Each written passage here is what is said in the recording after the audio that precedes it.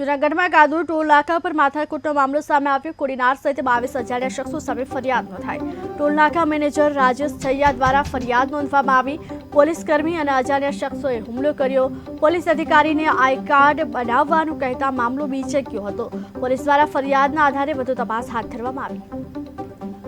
આજે લગભગ 4-4:30 ની આસપાસ ગીર સોમનાથ જિલ્લાના કોડીનાર પોલીસ સ્ટેશનના પીઆઈ ભોજાણી આરે ભોજાણી પોતાનો સ્કોર્પિયો લઈને ગાદોઈ ટોલ નાકા વંથલી પાસે નીકળે છે અને ત્યાં એમને કોઈ સાથે માથાકૂટ થાય છે। ત્યાં ટોલ નાકાના કર્મચારી સાથે એ બાબતની રજૂઆત આવ્યા પછી પાછળથી જે રીતે ફરિયાદી રાજેશભાઈ અર્જુનભાઈ છૈયા જે ત્યાંના મેનેજર છે એમણે ને આજે હાલ જે દાખલ થયા છે એમને ફ્રેક્ચર પણ થયેલું છે અને એમની પાસેનો મોબાઈલ પણ લઈ ગયા છે।